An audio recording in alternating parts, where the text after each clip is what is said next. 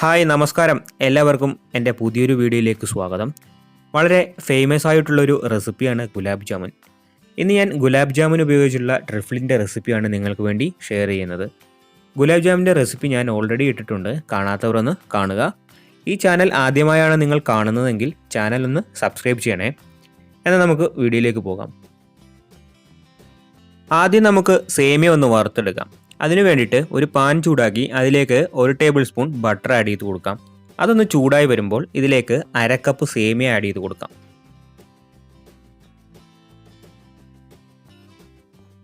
ഞാനിവിടെ വറുത്ത സേമിയ തന്നെയാണ് എടുത്തിട്ടുള്ളത്. എന്നാൽ ഇതൊരു 2 മിനിറ്റ് വറുത്തെടുക്കുന്നത് നല്ലതായിരിക്കും. സേമിയ ഒന്ന് മൂത്ത് വന്നിട്ടുണ്ട്. ഇനി ഇതിലേക്ക് 1 ലിറ്റർ പാല് ചേർത്ത് കൊടുക്കാം. എന്നിട്ട് ഇതൊന്ന് നന്നായിട്ട് തിളപ്പിച്ചെടുക്കാം. ഇടയ്ക്കൊന്ന് ഇളക്കി കൊടുക്കുകയും വേണം.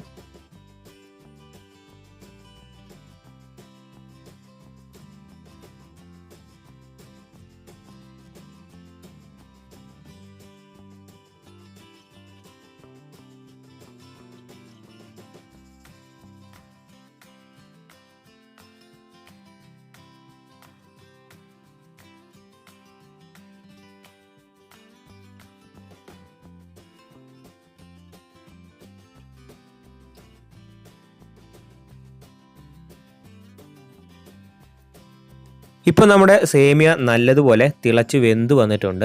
ഇനി ഇതിലേക്ക് 1/4 കപ്പ് പഞ്ചസാര ചേർത്ത് കൊടുക്കാം.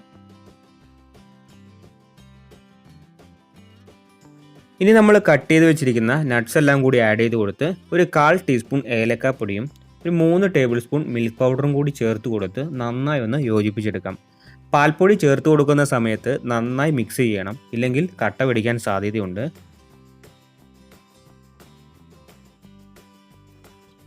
ഇനി വേണ്ടത് കസ്റ്റാർഡ് പൗഡറാണ്. ഞാനിവിടെ ഒരു 3 ടേബിൾ സ്പൂൺ കസ്റ്റാർഡ് പൗഡർ എടുത്തിട്ടുണ്ട്. അത് കുറച്ച് പാലിൽ മിക്സ് ചെയ്ത് ഇതിലേക്ക് ഒഴിച്ചു കൊടുക്കാം.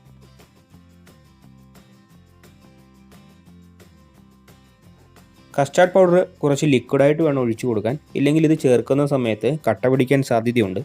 അപ്പോൾ ചെയ്യുമ്പോൾ അത് പ്രത്യേകം ശ്രദ്ധിക്കണം. ഈ കസ്റ്റാർഡ് പൗഡറും ചേർത്ത് കൊടുത്ത് നന്നായി ഒന്ന് ഇളക്കി കൊടുക്കണം. ഇത് ലെയറായിട്ട് ചെയ്തെടുക്കുന്നതുകൊണ്ട് കുറച്ച് തിക്നെസ് ഒക്കെ വേണം. അപ്പോൾ കസ്റ്റാർഡ് പൗഡറൊക്കെ ചേർത്ത് കൊടുക്കുമ്പോൾ കുറച്ച് തിക്കായിട്ട് വരും. ഇപ്പോൾ കുറച്ച് തിക്കായിട്ട് വന്നിട്ടുണ്ട്. ഇതൊന്ന് നമുക്ക് ചൂട് മാറാനായിട്ട് വെക്കാം. ഇതിൻ്റെ ചൂടൊക്കെ മാറിയതിന് ശേഷം ഇത് ഒന്ന് ഫ്രിഡ്ജിൽ വെച്ചിട്ട് തണുപ്പിച്ചെടുക്കാം. അപ്പോൾ ഇത് കുറച്ചുകൂടി തിക്കായിട്ട് വരും. ഇനി ഇതൊന്ന് അസംബിൾ ചെയ്തെടുക്കാം. അതിനുവേണ്ടി ഒരു ഗ്ലാസ്സിലേക്ക് ചെറിയ ചെറിയ പീസാക്കിയ വാനില കേക്ക് നമ്മൾ ലെയറായിട്ട് വെച്ച് കൊടുക്കാം.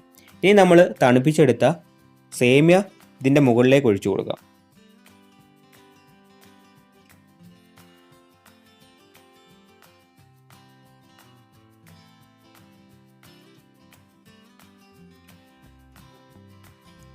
ഇനി ഇതിൻ്റെ മുകളിലേക്ക് കട്ട് ചെയ്ത് വെച്ചിരിക്കുന്ന വാനില കേക്ക് വെച്ച് കൊടുക്കാം.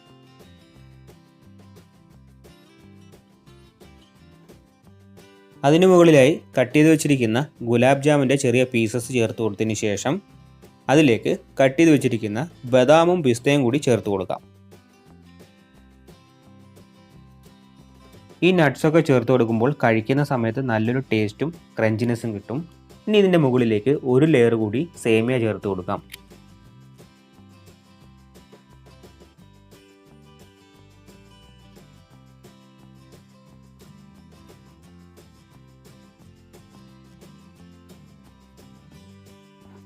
ഇനി ഇതിൻ്റെ ടോപ്പിലായിട്ട് ഗുലാബ് ജാമുൻ വെച്ച് കൊടുത്ത് നട്ട്സൊക്കെ ഇട്ട് ഡെക്കറേറ്റ് ചെയ്തെടുക്കാം. നമ്മുടെ ഗുലാബ് ജാമുൻ ട്രിഫിൾ ഇവിടെ റെഡി ആയിട്ടുണ്ട്. എല്ലാവരും ട്രൈ ചെയ്ത് നോക്കണം, തീർച്ചയായിട്ടും ഇഷ്ടപ്പെടും. ഇനിയൊരു അടിപൊളി റെസിപ്പിയുമായി അടുത്ത വീഡിയോയിൽ കാണാം. വീഡിയോ ഇഷ്ടമായാൽ സബ്സ്ക്രൈബ് ചെയ്യുക, ലൈക്ക് ചെയ്യുക, ഷെയർ ചെയ്യുക, കമൻറ്റ് ചെയ്യുക. സബ്സ്ക്രൈബ് ചെയ്തതിന് ശേഷം തൊട്ടടുത്തുള്ള ബെല്ലൈക്കൺ കൂടി എനേബിൾ ചെയ്താൽ ഞങ്ങൾ അപ്ലോഡ് ചെയ്യുന്ന പുതിയ വീഡിയോസ് നിങ്ങളിലേക്ക് എത്തിച്ചേരുന്നതായിരിക്കും.